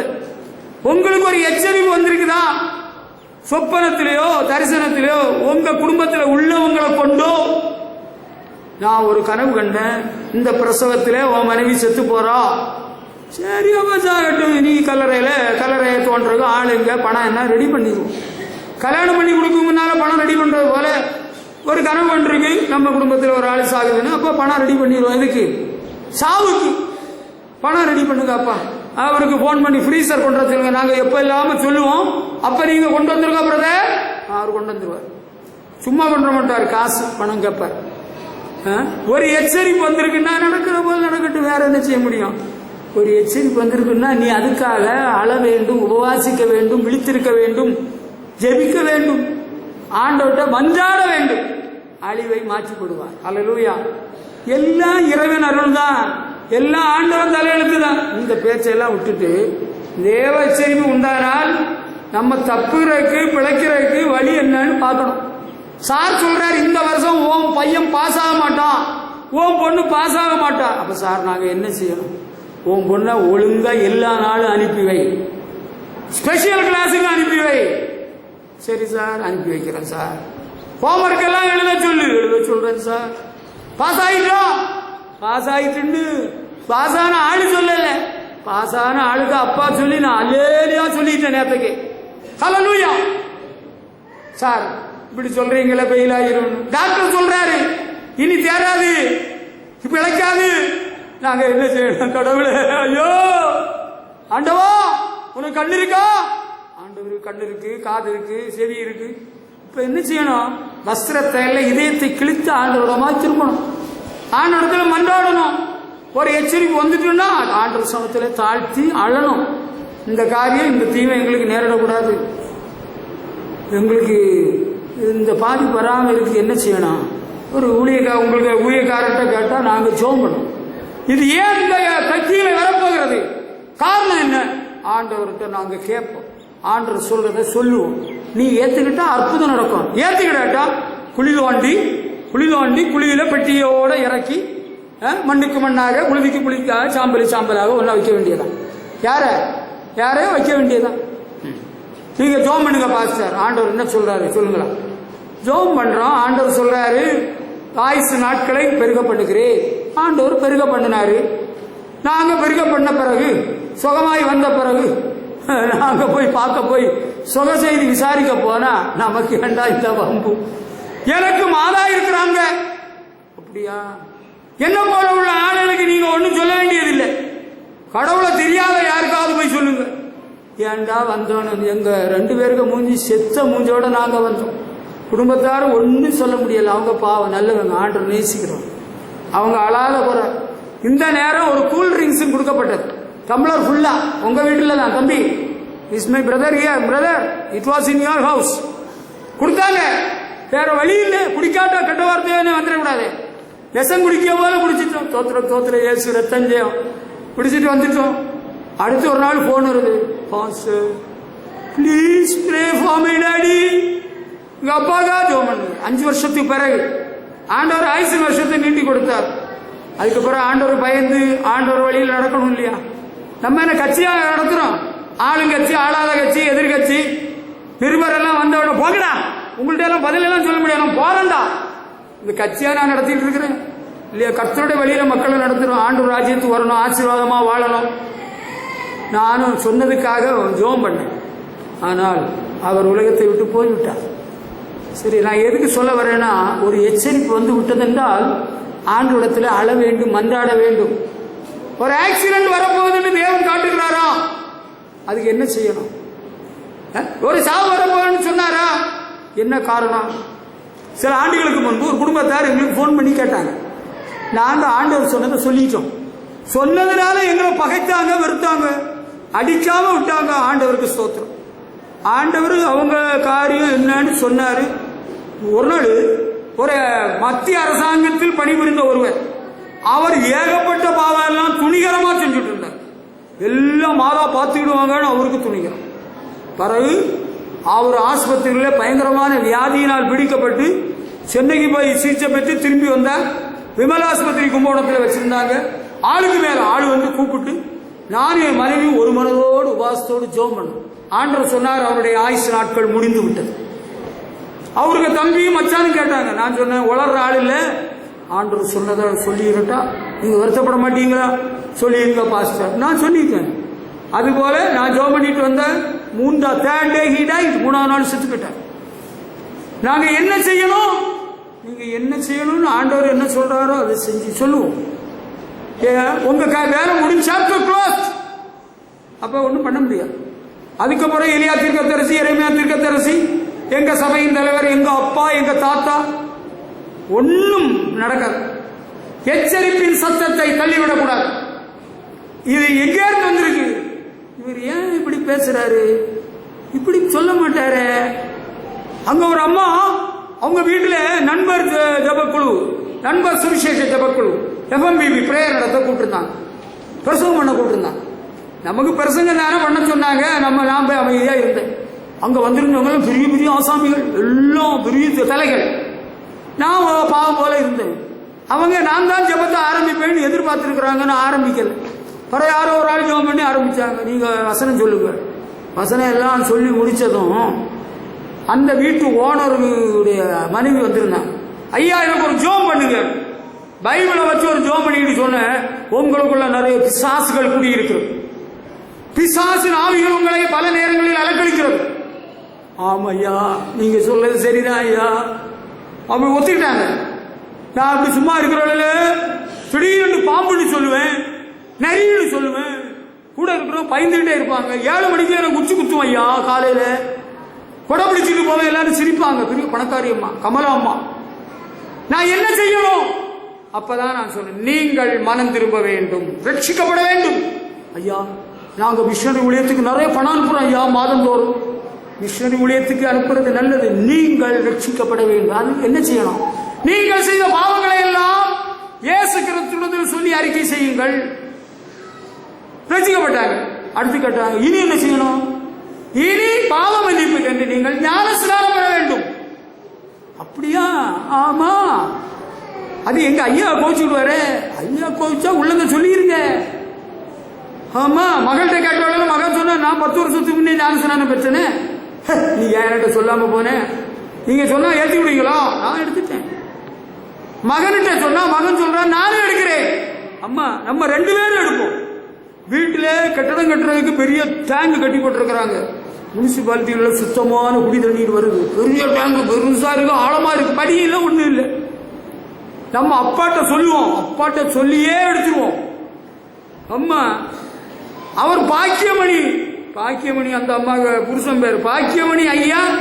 ஒரு மரஸ்தூலை இறக்கி அம்மாவை கையை பிடிச்சி இறக்கி ஞானஸ்நானம் கொடுத்தாச்சு. ஏசு பிதா குமார் பரிசுத்தாவிய நாமத்தில் அம்மாவுக்கும் மானுக்கும். இனி என்ன செய்யணும்? இனி என்ன செய்யணுமா? இனி நீங்கள் பரிசுத்தாவியை பெற வேண்டும். நீங்க வாங்க, நம்ம ஜெபம் பண்ணுவோம். தேவன் உங்களுக்கு பரிசுத்தாவியை தருவார். பரிசுத்தாவி பெற்றதிலிருந்து உச்சி குத்தும் இல்ல, குழந்தை குத்தும் இல்ல, நல்லா இருக்கிறாங்க. ஹல்லேலூயா, கர்த்தருக்கு மகிமை செலுத்துவோம். ஒரு எச்சரிப்பு வந்திருக்கு. என்ன செய்யணும்? நீங்கள் மனம் திரும்பி பாவ மன்னிப்பு கண்டு ஞான ஸ்நானம் பெற வேண்டும். நீங்கள் தேவனுடைய ஆவியை பெற வேண்டும். எனக்கு அடிக்கடி ஒரு மாதிரி தூக்கி போட்டது போல இருக்கு பண்ணது, ஒரு மாதிரி இசு போல வருது, எனக்கு பயமா இருக்குது, எனக்கு சில வேலை மூச்சு அடைக்குது, எனக்கு தூங்க முடியல, யாரோ என்ன கூப்பிட்ட போல எல்லா தொந்தரவு மாறி நீ பரிசுத்தாவியை பெற வேண்டும். ரசிக்கப்பட்டீங்களா? ஆமா. ஞானஸ்நானம் பெற்றீங்களா? பெற்றேன். பரிசுத்தாவி பெற்றீங்களா? இல்ல. அதுதான் இப்ப குழப்பம். நீங்க இப்ப ஒரு எச்சரிப்பு வந்திருக்கா, அதை ஏற்று அதை கீழ்ப்படிந்து நீங்கள் செயல்பட வேண்டும். ஹல்லேலூயா. அடுத்து வேற என்ன செய்யணும்? வேற செய்ய வேண்டிய ஒன்னா சொல்லித்தாரேன், நீங்க கேட்டுக்கிட்டே இருங்க.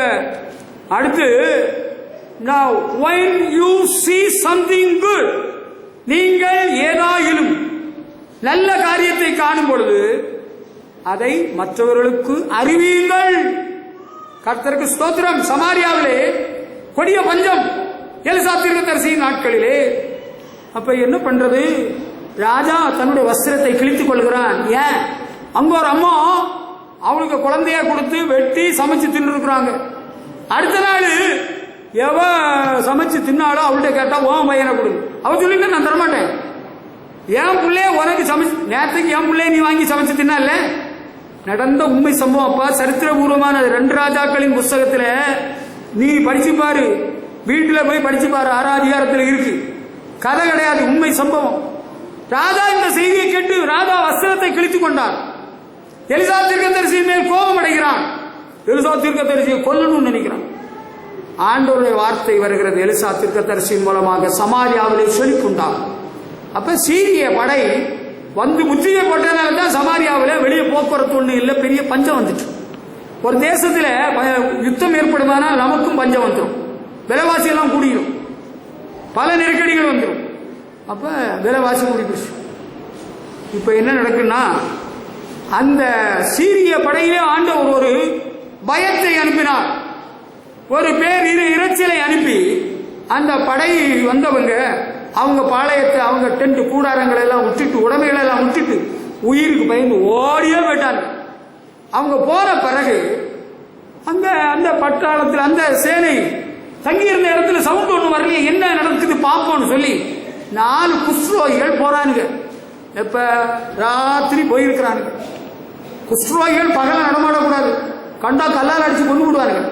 இவங்க ராத்திரி 4 பேர் ஒன்று சேர்ந்து போறாங்க. குஷ்ரோகிகள் போனா ஒவ்வொரு பாளையத்திலும் ஒருத்தரும் இல்லை.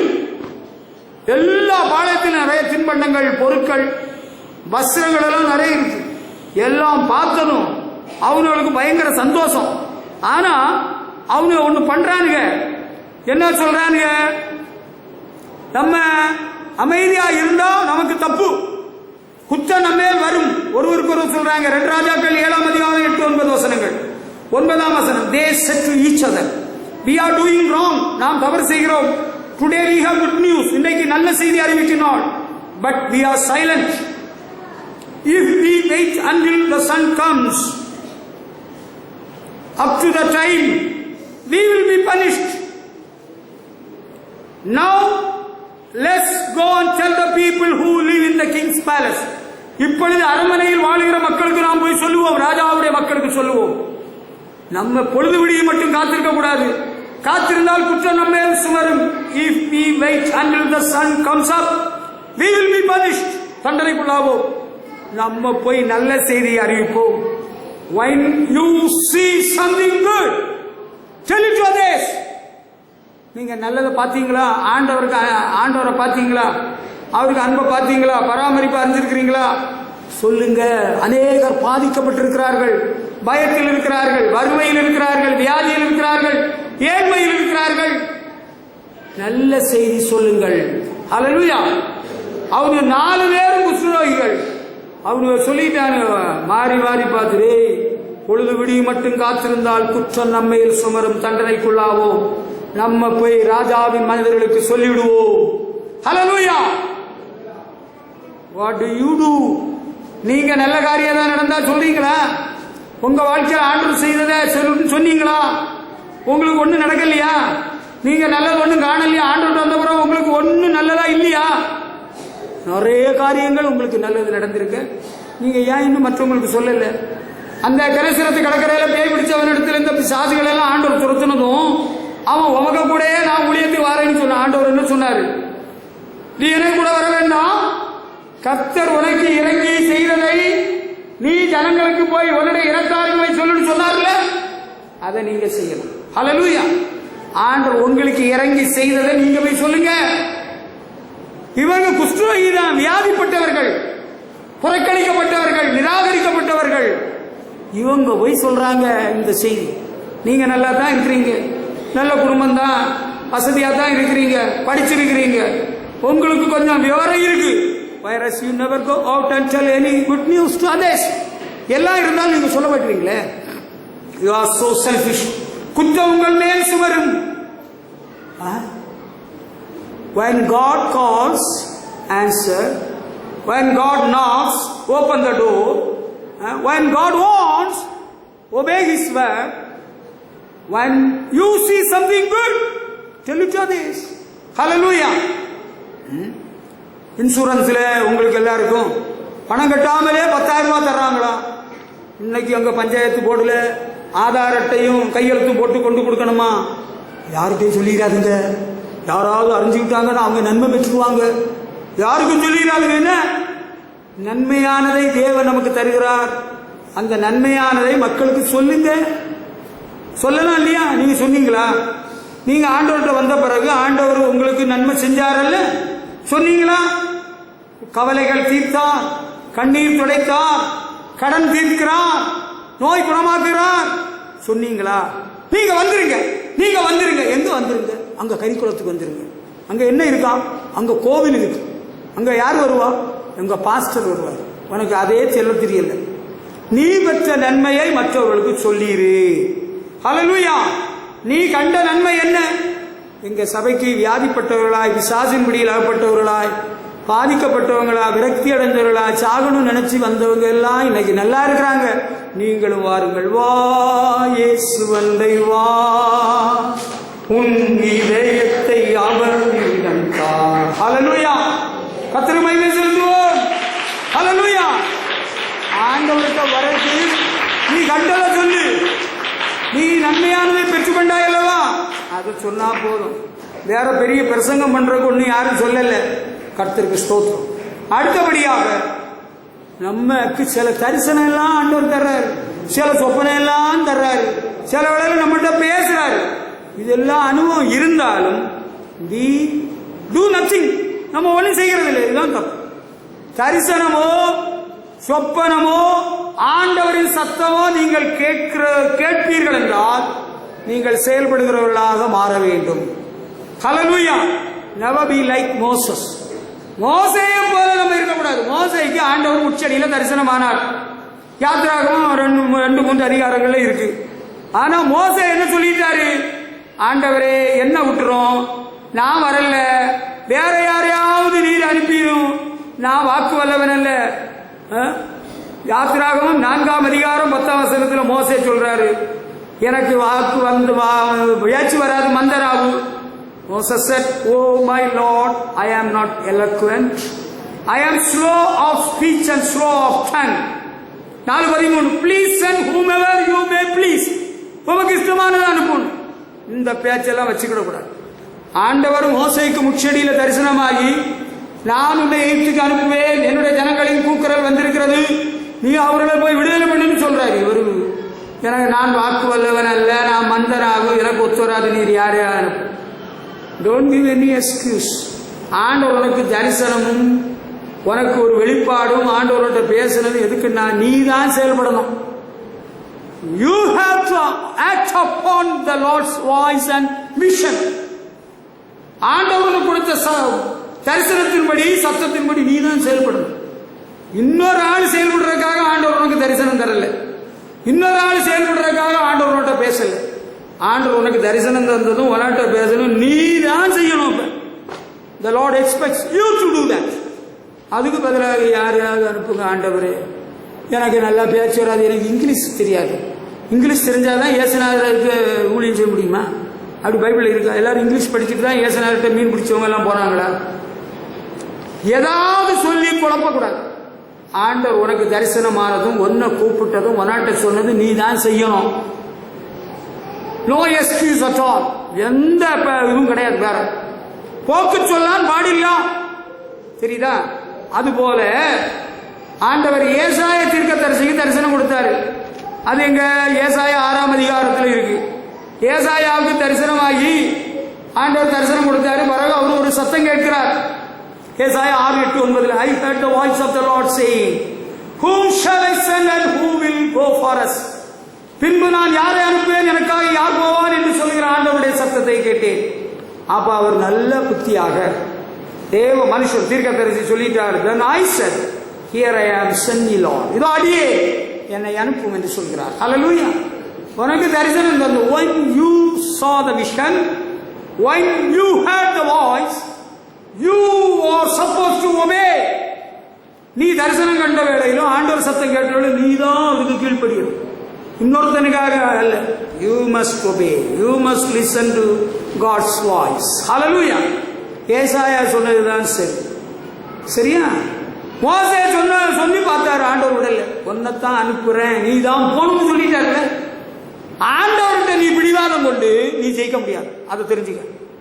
உனக்கு பிடிவாதத்தை என்கிட்ட காட்டி நீ ஜெயிக்க முடியாது, அதையும் தெரிஞ்சுக்க. ஆண்டவர்கிட்ட பிடிவாதம் காட்டி ஜெயிக்க முடியுமா? உனக்கு அப்பா ரொம்ப வயசாகி போச்சு, படுக்கையில் கிடக்கிறாரு, 99 வயசுன்னா நீ பிடிவாதம் பண்ணி வெற்றி கண்டுடலாம். ஒரு அண்ணன்கிட்ட தம்பி பிடிவாதம் காட்டியே வெற்றி காண முடியல, புளியும் குச்சி வச்சு அடிச்சு போட்டாரு. தெரியுதா? நீ என்ன நினைக்கிற? ஆண்டவர்கிட்ட பிடிவாதம் ஏதாவது சொல்லி தப்பில்லை. ஆண்டவரை எவனையாவது அனுப்பும், எவ்வளையாவது அனுப்பும், எனக்கு ஒத்து வராது, சூட் ஆகாது, நான் போறேன், நான் ஆடை மேய்க்க போறேன், எனக்கு மாமனாருக்கு ஆடெல்லாம் நிறைய கிடக்குது, மேய்க்க போறேன். ஆடு மேய்ச்சிட்டு இருந்ததெல்லாம் முடிஞ்சு போச்சு. 40 வருஷம் ஆடு மேய்ச்சது போதும். இப்ப நான் சொல்ற வேலையை பாரு. ஹல்லேலூயா. தரிசனம் எது கொடுத்தாரு? ஏசாயாவுக்கு எதுக்கு தரிசனம் கொடுத்தாரு? எதுக்கு? நான் யாரை அனுப்புவேன்னு கேட்டாரு. ஏசாயா, அங்க யாரா இருக்கிறாங்களா பக்கத்து வீட்டுல, தெருவில் யாரா இருக்கிறாங்களா, யாராவது அனுப்ப முடியுமா? நம்ம வேலையா போடுமே, அசுருக்கு போடுமே, தண்டத்தோட்டம் போடுமே. நீ தான் போகணும், அதுக்கு தான் உன்னை கூப்பிட்டாரு, அதுக்கு தான் உனக்கு தரிசனமானார். Matthias, do you follow me? Matthias இருக்கிறாப்புல பரிசு புரியுதா தம்பி? புரியுதா? புரிஞ்சிக்க, தெரிஞ்சிக்க. ஆண்டவர் உனக்கு தரிசனமானாரா? உன்னிட்ட சொன்னாரா? நீ தான் செய்யணும். நான் பொம்பளை பிள்ளை இல்லவா, நான் என்ன செய்வேன்? நீ பொம்பளை பிள்ளைன்னு ஆண்டவர்கிட்ட சொல்லு. ஆண்டவர் சொல்வார் நீ என்ன செய்யணும்னு சொல்லிடுவார். ஹல்லேலூயா. நான் சின்ன பையன் இல்லை, எரேமியா சொல்றாப்புல நான் சின்ன பிள்ளை, சிறு பிள்ளை என்று சொல்லாதே, தாயின் வயிற்றில் உருவாகுவதே நான் உன்னை தெரிந்து கொண்டேன் என்று கர்த்தர் சொல்கிறார். ஹல்லேலூயா. எல்லாம் நொண்டி சாக்க சொல்லிக்கிட்டே தப்பிடலான்னு நினைச்சிட்டு இருக்கிற. உனக்கு தேவன் தரிசனம் ஆனாரா? உன்கிட்ட சொன்னாரா? பேசினாரா? நான் யாரையாவது அனுப்பலாமா கேட்டா ஒன்னத்தான் அனுப்பணும், நீ தான் போகணும், அதுக்குத்தான் அப்படி ஆண்டவர் கேட்டார். ஹல்லேலூயா. சகோதரர்களே, நீங்கள் புரிந்து கொள்கிறீர்களா? கர்த்தருக்கு மகிமை செலுத்துவோம். ஹல்லேலூயா.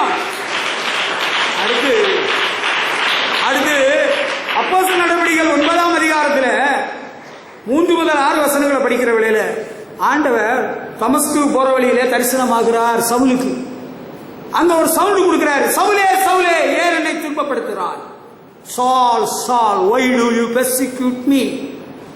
ஆண்டவருடைய தரிசனத்தையும் சத்தத்தையும் கேட்டார். நடுங்கி திகைத்து விழுந்து, ஆண்டவரே நான் என்ன செய்ய சித்தமாயிருக்கிறேன்? What shall I do, my Lord? Lord, what do you want me to do? தரிசனம் சத்தமும் வருதா? இப்ப என்ன செய்யணும்? அவருக்கு தெரியல, ஆளு தெரியல. ஆளு தெரியாமத்தான் ஆண்டவரே நீர் யார் அப்படின்னு கேட்டார். ஆண்டவர் சொல்லிட்டார், நீ துன்பப்படுத்துற இயேசு நானே. பிறகு சவுல் என்ன பண்ணாரு?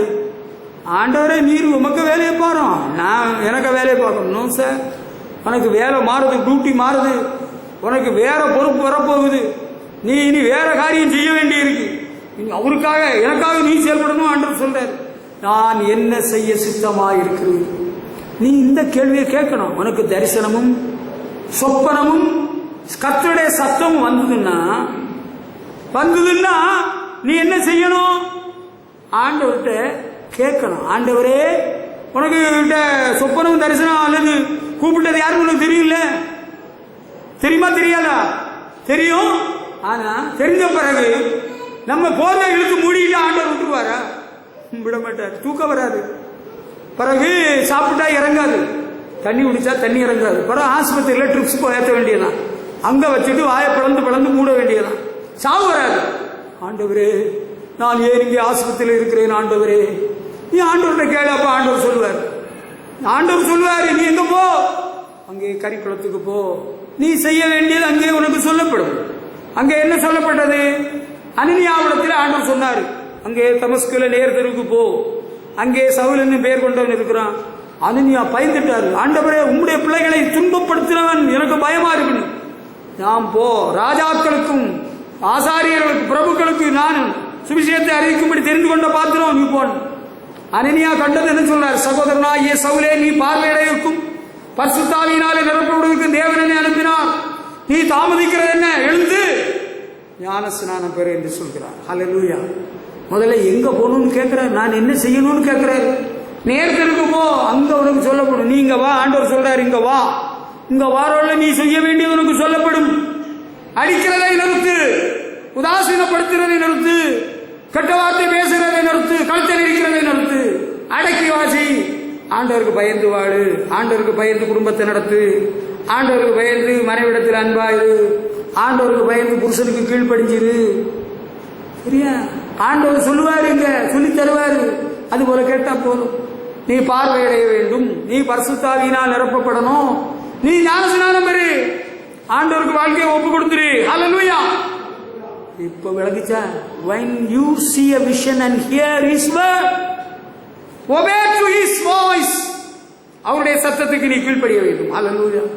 அங்க ஒருத்தர் சொன்னாரு, இங்க ஒருத்தர் கூப்பிட்டாரு, நமக்கு தெரியாதப்பா. அங்க ஒருத்தர் கூப்பிட்டது, இங்க ஒருத்தர் சொன்னார். ஆண்டவர் என்ன சொன்னார்? என்ன சொன்னாரு? சபைக்கு வர சொன்னாரா? வந்தியா? வந்த பிறகு என்ன சொன்னாரு? அவர் என்ன சொன்னாரோ அது போல செய். ஆண்டவர் சொன்னது போல செய். மாதா ஒதுங்கிட்டாங்க. சைடு அவங்க சொல்லிட்டாங்க, நான் என்னால ஒன்றும் செய்ய முடியாது, அவர் என்ன சொல்கிறார் அதன்படி செய்யுங்கள். தண்ணீரை ஊத்துங்க, தண்ணீரை ஊத்து. ஆண்டவர் என்ன சொல்றாரு அது செய்வீங்களா? ஆண்டவர் உங்களை பயன்படுத்துவான். ஹல்லேலூயா. நமக்கு தரிசனமும் கிடைக்கிறது, ஆண்டவருக்கு சத்தமும் கேட்குது. நம்ம இன்னும் என்ன செய்யல? செயல்படலை. அதனால ஆண்டவர் நம்ம பிரியமா இல்லை. God is not pleased with you. Your prayer is not answered. உனக்கு ஜெபத்துக்கு பதில் வரல. பவுலுடைய ஜெபத்துக்கு பதில் வந்தது. அற்புதங்கள் நடைபெற்றது. பவுலுடைய உருமாலும் சால்வையும் போட்ட வேளையில வியாதிகள் குணமான, பிசாசுகள் ஓடினது. சத்தம் உயிரோடு எழுப்பியிருக்கிறான். 3ஆம் வானம் வரைக்கும் எடுத்துக் கொள்ளப்பட்டிருக்கிறார். நீ தரிசனம் கேட்டியா? ஆண்டவர் சத்தம் கேட்டியா? நீ அறவேக்காடா? இப்ப ஆண்டவருக்கு வார்த்தை கேட்டால நீ உன்னை முழுமையாய் என்னை உமக்கு தந்தே இயேசு நாயகா, இனி நான் அல்ல நீரே இயேசு நாயகா. ஹல்லேலூயா. ஆண்டவரே, நான் என்ன செய்ய சித்தமாயிருக்கிறேன் கேளுங்களோ. ஆண்டவர்கிட்ட தரிசனம் கண்ணு. நான் ஒரு தரிசனம் கண்ணு தெரியல. நான் பரலோக காட்சியை பார்த்தேன். அங்க எல்லாரும் ஆப்பிள் பழம் தின்னுட்டு இருந்தாங்க. எனக்கும் ஒரு பழம் கொடுத்தாங்க. நான் வேண்டான்னு சொன்னேன். அதுக்கு அர்த்தம் என்ன? நீ ஆண்டவர் தரக்கூடிய ஆசீர்வாதத்தை நன்மை வேண்டான்னு சொல்லி இருக்கிற. accept the apple given by Jesus. ஆண்டவர் கொடுத்த ஆப்பிளை வாங்கி தின்னு பிழைப்பாய். ஹல்லேலூயா. உனக்கு ஒன்றும் தெரியாது. சொப்பனத்துக்கு அர்த்தமும் தெரியாது, தரிசனத்துக்கு விளக்கமும் தெரியாது. தடுமாறிக்கிட்டே வாழ்ந்துட்டு இருக்கிற இந்த பவுலை போல நான் என்ன செய்ய சித்தமா இருக்கிறேன்னு கேட்டோம், ஆண்டவர் உனக்கு சொல்லி தருவார். அதுபோல நீ செஞ்சுட்டு இருந்தா போதும். ஹல்லேலூயா. பிறகு வேற என்ன இருக்கா? வேற நிறைய பைபிள்ல இருக்கு. அதை சுருக்கமா சொல்லி தந்து இப்பொழுதே என்னுடைய வார்த்தைகளை முடிக்க போகிறேன். ஹல்லேலூயா. அங்க அகாஸ்வேரு ராஜா 127 நாடுகளை அரசாட்சி செஞ்சுட்டு இருக்கிற வேளையில அங்க வாழ்ந்த இஸ்ரவேலருக்கு விரோதமாக, யூத ஜனங்களுக்கு விரோதமாக ஒரு கட்டளை பிறப்பிக்கப்பட்டிருக்கிறது. There was a decree passed against the children of Israel. அது யாருக்கு வேலை? அந்த ஆமானுடைய சூழ்ச்சியான வேலை. இப்படி ஒரு சூழ்நிலை வேளையிலே அங்கே காவல் காக்கிற மொர்தெகாய் என்ன செய்கிறான்? அவன் வஸ்திரத்தை கிழிக்கிறான், அவன் புழுதியிலே புரளுகிறான், அவன் அழுகிறான். அவன் சாப்பிடவில்லை. அவருடைய உறவின் முறையால் தான் அங்க மகாராணியா இருக்கிறாள் எஸ்தர், குயின் எஸ்தர். இப்ப என்ன பண்ணலாம்? அவன் தான் வேதனை அடைகிறான், வருத்தம் அடைகிறான், துக்கம் அடைகிறான், அழுகிறான், புழுதியில் பொருளுகிறான். அதோடு நின்று விடவில்லை. It was reported to the queen. இந்த செய்தியை எஸ்தர் ராணிக்கும் சொல்கிறான். பிறகு அவளுக்கு ஒரு வாணியை சொல்லிவிடுறான். இந்த காலத்தில் நீ மௌனமாயிருந்தால் ரட்சிப்பு வேறு வழியாய் வரும். நீ மௌனமாயிருக்க கூடாதுன்னு ஒரு வார்னிங் மெசேஜும் சேர்த்துதான் சொல்றான். அவ என்ன சொல்லிவிட்டா பதில்? அவ ஒரு செய்தி அனுப்புறான். நீங்க எல்லாரும் எனக்காக ஜெபம் பண்ணுங்கள், உபவாசம் பண்ணுங்கள். நான் என் தாதிமாரும் 3 நாள் உபவாசம் பண்ணுகிறோம் சொல்றேன்ல. when you come across a message about the harassment of God's children, தேவஜனங்கள் துன்புறுத்தப்படுகிறார்கள், தேவஜனங்களுக்கு பாதிப்புண்டாகிறது, தேவாலயங்கள் இடிக்கப்படுகிறது, சிஸ்டர்ஸ் கொலை செய்யப்படுகிறார்கள். நீ நல்லா சாப்பிட்டு தூங்குறியா? நேற்றைக்கு ராத்திரி 2வது முறையாக எனக்கு ஒரு மெசேஜ் ராத்திரி வந்தது. என்ன, உங்களுக்கு அண்ணன் 1ஆம் தேதியே நான் பார்த்து சகோதரர் காட்டுறத உங்களுக்கு சொன்னேன். நேபாளத்தில் ஒரு ஊழியக்காரனை வஸ்திரம் எல்லாம் கலட்டி சிலுவையிலே கட்டி கொளுத்திட்டானுங்க. அதனாலதான் இப்ப அங்க வந்திருக்குது, விருந்துக்கு வந்திருக்கிறாங்க எல்லாரும். என்ன வந்திருக்கிறாங்க? 10,000க்கு மேலேயா? பெருந்தொகைக்குட்பட்ட மக்கள் பூமிக்குள்ளாய் பூமி அதிர்ச்சி. தேவ ஜனங்களுக்கு விரோதமாய், தேவ சபைகளுக்கு விரோதமாய், தேவ ஊழியங்களுக்கு விரோதமாய் ஒரு சட்டம் உருவாக்கப்பட்டிருக்கு அறிந்து கொண்டாய் வைத்துக் கொள்வோம். நீ என்ன செய்கிறாய்? நீ நல்ல துண்டு மீன் வாங்கி வறுத்து தின்றியா? பிரியாணி சாப்பிடுறாயா? உனக்கு நல்ல தூக்கம் வருகிறதா? தூங்கு. ஆனா இப்போ ஒண்ணு செய், இந்த யூத ஜனங்களை போல உபவாசம் பண்ணணும். மொர்தெகாய் ரொம்ப மன உளைச்சல், ரொம்ப வேதனைப்பட்டான். he tore off his dress, வஸ்திரத்தை கிழித்தான், புலம்புகிறான், அழுகிறான். எஸ்தர் ராஜாத்திக்கு செய்தியை சொல்லிவிடுகிறான். நீ இந்த காலத்தில் மௌனமாக இருக்கக்கூடாது. தேவ ஜனமே, நீயும் மௌனமாக இருக்கக்கூடாது. இது சிந்திக்கும் காலம், இது செயல்படும் நேரம். நீ மௌனமாக இருக்கலாகாது. நீ உபவாசிக்க வேண்டும், நீ அழ வேண்டும். if there comes a need, tear off your dress. வஸ்திரம் பிறகு கிழிச்சு விட்டுருவோம். பிறகு தைக்க வேண்டாம். அந்த ஒரு வஸ்திரம் போனா போட்டு, அது பழைய பாட்டு காலங்கள், இப்பவும் செய்யலாம். நான் அப்படி பக்தி வைராக்கியம் உள்ளவன், தேவனிடத்தில் பக்தி வைராக்கியம் உள்ளவன் அவன். மொர்தெகாய், ஹல்லேலூயா. அவன் சொல்லிட்டான், நீங்க எல்லாரும் உபவாசம் பண்ணுங்க, நானும் என்னுடைய சர்வன்ட் மேய்ஸ் நாங்களும். அவ பிறகு என்ன சொல்றா பாருங்க. எஸ்தர் புத்தகம் 4:8-16 வசனங்கள் படிச்சீங்கன்னா, I know it is against the law to go to the king. ராஜாவுடைய கட்டளைக்கு விரோதமானது என்று எனக்கு தெரியும். if he didn't call me, but I will do it anyway. அவர் என்ன கூப்பிடாம நானாக போனா எனக்கு ஆபத்து வரலாம், சட்டத்துக்கு விரோதமானது. But I will do it anyway. If I die, I will die. நான் செத்தாலும் சாகிறேன். ஹல்லேலூயா. நாம பூமியில வாழ்கிற எத்தனை வருஷம் வைராக்கியமாக ஆண்டவருக்காக வாழும் தெரியுதா?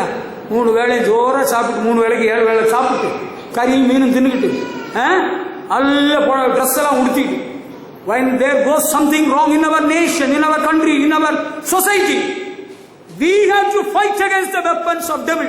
சாத்தானுடைய ஆயுதங்களுக்கு விரோதமாக நாம் எழும்ப வேண்டும். ஹல்லேலூயா. சாத்தானின் ஆயுதங்கள் பவுல் சொல்கிறார், எங்களுடைய போராயுதங்கள் மாம்சத்துக்கு ஏற்றவர்களாயிராமல் அரண்களை நிர்மூலமாக்குவதற்கு ஏற்ற தேவ வல்லமை உள்ளதாக இருக்கிறது. ஹல்லேலூயா. கர்த்தருக்கு மகிமை செலுத்துவோம். ஹல்லேலூயா. நம்ம என்ன செய்யலாம்? ஆண்டவரே, நீ பாரும், நீ கேளும். இந்த ஜனத்துக்காக, அந்த தேவ ஜனங்களுக்காக அவர் சொல்லிட்ட செத்தாலும் சாகிறேன். அப்படிப்பட்டவங்க இன்னைக்கு திறப்பில் நிற்க ஒரு தியாகி தேவை. இறப்பின் எண்ணிக்கை பெறுகிறது. ஒரு சவால் நமக்கு முன்பாக இருக்கிறது. There is a challenge before you today. Hallelujah. நம்ம தேசம் பிசாசுக்கு அடிமைப்பட விட மாட்டோம். Hallelujah. நம்முடைய தேசத்தின் மக்கள் ஆண்டவரை சேவிக்க வேண்டும். நம்முடைய தேசத்தில் ஊழியம் செய்கிறவர்கள் விடுதலையோடு கர்த்தருக்கு ஊழியம் செய்ய வேண்டும். டிவி ஊழியம் தொடர வேண்டும், கைப்பிரதி ஊழியம் தொடர வேண்டும், வானொலி ஊழியம் தொடர வேண்டும். தேவ ஜனங்கள் பாதுகாக்கப்பட வேண்டும், தேவ சபைகள் பெருக வேண்டும். நமது தேசத்தில் ஒரு எழுப்புதல் வர வேண்டும். அதுக்காக நான் செத்தாலும் சாகுறேன். ஹல்லேலூயா. அப்படியா? உங்களை கொண்டு விடுவாங்களா? செத்தாலும் சாகுறேன். கர்த்தருக்கே மகிமை. ஹல்லேலூயா. அப்படியா? ஆண்டவருக்காக வைராக்கியமாய் நிற்கிற ஜனங்கள் இன்னைக்கு தேவைப்படுகிறார்கள். ஹல்லேலூயா. அவங்களுக்கு வந்ததுக்கு நாங்க என்ன செய்ய முடியும்? நம்ம ஒண்ணு செய்யலாம். உபவாசிப்போம், அழுவோம், கண்ணீர் விடுவோம், திறப்பில் நிற்போம். ஹல்லேலூயா. ஆண்டவர் பெரிய காரியம் செய்திடுவார், பெரிய மாறுதல் செய்திடுவார். அவரால் எல்லாம் கூடும். He is the Lord who reigns. ஆளுகை செய்கிறவர் ஆண்டவர். இந்தியா தேசம் ஆண்டவருடைய ஆட்சிக்கு உட்பட்ட தேசம். அது உண்மை. It is not a single man who is reigning this country. It is not Mr. Narendra Modi, the Prime Minister of India, ruling this country. It is the Lord who reigns. Hallelujah. ஆண்டவர் ஆளுகை செய்கிறவர். அது உண்மை. மத்திய மந்திரிகளானாலும் தமிழக அமைச்சர்களானாலும் லஞ்சம் வாங்குறவர்களானாலும் ஆண்டவர் ஆளுகை செய்கிறார். What shall I do? Let me weep. Let me cry. Hallelujah. நான் அழுகிறேன், நான் புலம்புகிறேன், நான் உருளுகிறேன். ஏன், என்ன நடந்தது? பாஸ்டர் ரொம்ப சோகமா இருக்கிறார், அவருக்கு உடம்பு சரியில்லையோ? நான் சோகமா இருக்க வேண்டியதுக்கு சோகமா இருப்பேன். தேவ ஜனங்கள் சிறைச்சாலையில் போடப்படுகிறார்கள், கொலை செய்யப்படுகிறார்கள், தேவாலயங்கள் இடிக்கப்படுகிறது, 70 வயதுக்கு மேலான சிஸ்டரை கொண்டு போடுறானுங்க. இதெல்லாம் பொறுத்துக்கிட்டு நம்ம எப்படி இருக்கலாம்? நம்ம ஒன்று செய்வோம். நம்ம அந்தரங்கத்தில் இருக்கிற பிதாவை நோக்கி கூப்பிடுவோம், வெளியரங்கமாய் பலனளிப்போம். ஹல்லேலூயா. நம்ம தேசத்துக்காக நம்ம தான் ஆளணும், நம்ம தான் உபவாசிக்கணும். இந்த ஜனத்துக்காக நம்ம ஆண்டவர் சமூகத்திலே மன்றாட வேண்டும். ஹல்லேலூயா. உங்க குடும்பத்தில் உள்ளவர்களுக்காக, brother, how many times you cried for your wife, for your sons? உங்க மனைவிக்காக, உங்க பிள்ளைகளுக்காக அழுவீங்களா? அழுக வந்துதா? அவன் நரகத்துக்கு போனா போயிட்டு போறான், அவன் செத்தா செத்துட்டு போறான். இனி நான் அப்படிக்கா சாக முடியுமா? உன்னை ஆண்டவர் ரட்சித்தது அவர்களை அவர் பாதையில் கொண்டு வர. நீ வயிற்ற கட்டணும், வாயை கட்டணும், உபவாசம் பண்ணணும், நீ அழணும், நீ கண்ணீர் விடணும். ஆண்டவர் ரட்சிப்பார். எந்த பாவியையும் தள்ளாத நேசர். ஹல்லேலூயா. ஆண்டவர் ஏற்றுக்கொள்ள ஆயத்தமா இருக்கிறோம். நீ நல்ல சொகுசா இட்லியும் சட்னியும் சாம்பாரும் பொடியும் ஜோர சாப்பிட்டு, மத்தியானம் ஜோர கோழியும் முட்டையும் தின்னுக்கிட்டு, ராத்திரி தீவன் இடியாப்பமும் ஊத்தாப்பமும் தின்னுக்கிட்டு உடம்பு இப்ப எப்படி இருக்கு? நல்லா இருக்கும். இருக்கு. குடும்பம் என்ன ஆச்சுயா? உன்னுடைய சமுதாயம் என்ன ஆச்சு? உன்னுடைய நீ வாழும் பகுதியில் உள்ள மக்கள் என்ன ஆனாங்க? தமிழ்நாடு என்ன கதியில இருக்குது தெரியுமா? தமிழ்நாட்டில் சர்ப்பம் தலை தூக்க ஆரம்பிக்கும் நேரம் நெருங்கி கொண்டிருக்கிறது. வலு சர்ப்பத்தின் தலையை நசுக்கி போடும். தேவன் செய்திடுவார். கர்த்தர் பெரும் காரியம் செய்திடுவார். ஹல்லேலூயா.